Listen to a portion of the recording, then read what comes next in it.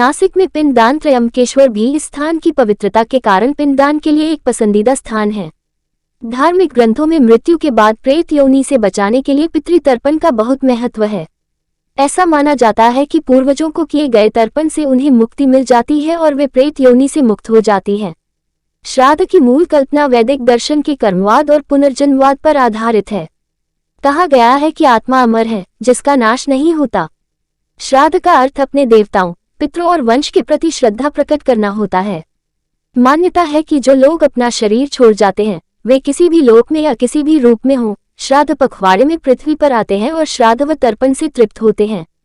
हिंदू मान्यताओं के अनुसार पिंडदान मोक्ष प्राप्ति का एक सहज और सरल मार्ग है। यूं तो देश के कई स्थानों में पिंडदान किया जाता है, परंतु बिहार के फल्गु तट पर बसे गया में पिंडदान का बहुत महत्व है। कहा जाता है कि भगवान राम और देवी सीता भी राजा दशरथ की आत्मा की शांति के लिए गया में ही पिंडदान किया था। गाय की सेवा से मिलता है पितरों का आशीर्वाद। पिंडदान के लिए गया की महत्ता।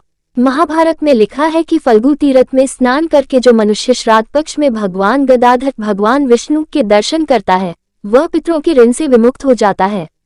कहा गया है कि फल्गु श्राद्ध में पिंडदान, तर्पण और ब्राह्मण भोजन ये 3 मुख्य कार्य होते हैं। पितृपक्ष में कर्मकांड का विधि व विधान अलग अलग है। श्रद्धालु 1 दिन, 3 दिन, 7 दिन, 15 दिन और 17 दिन का कर्मकांड करते। सनातन धर्म में पितृपक्ष का बड़ा महत्व है। मान्यता है कि इस दौरान श्राद्ध, तर्पण और पिंडदान से पितरों की आत्मा को शांति मिलती है। पितृपक्ष कुछ सरल उपायों से पितृदोष से भी मुक्ति मिलती है। पितृदोष रेमेडीज ड्यूरिंग पितृपक्षा 2023। हिंदू धर्म में पितरों की आत्मा शांति और उनका आशीर्वाद पाने के लिए पितृपक्ष के दौरान श्राद्ध, तर्पण और पिंडदान किया जाता है। मान्यता है कि ऐसा करने में पितरों को मोक्ष की प्राप्ति होती है और घर के सदस्यों पर उनकी कृपा बनी रहती है। आज भाद्रपद पूर्णिमा के साथ पितृपक्ष की शुरुआत हो चुकी है और इसका समापन 14 अक्टूबर को होगा।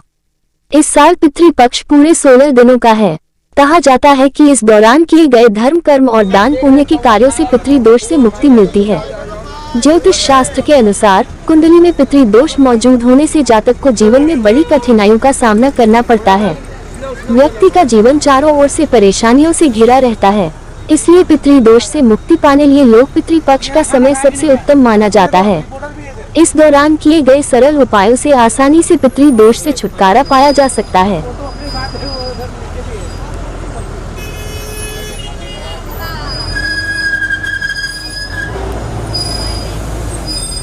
जिंदा है तो खूब भाग, मर गया तो दूर भाग, समझे। जिंदा था तो बाप को कोई पूछा नहीं, खाओगे क्या खाओगे क्या। मर जाने पर तो लोग राह देख रहे हैं।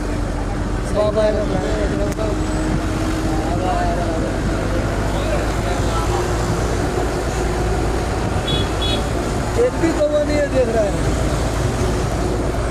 होता है हराम हो जाओ इतनी जिंदा है। हुआ खा लिया तो समझ लो हो गया, हो गया। ये नहीं खोलोगे क्या यार।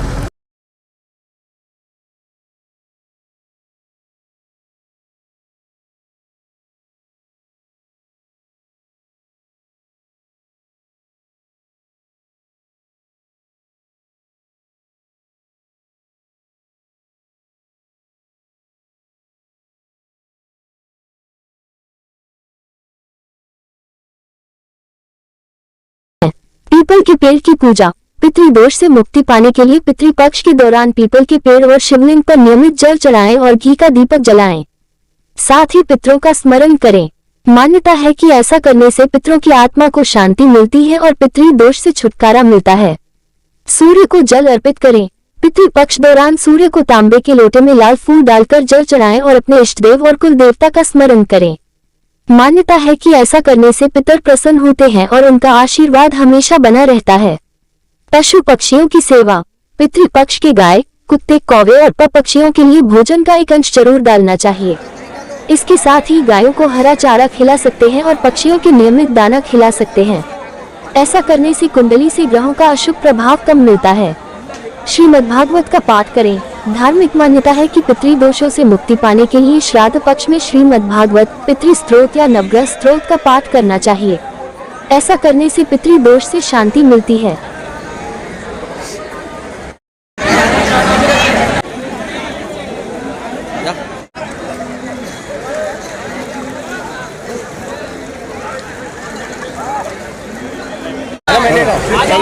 आ जाओ ना।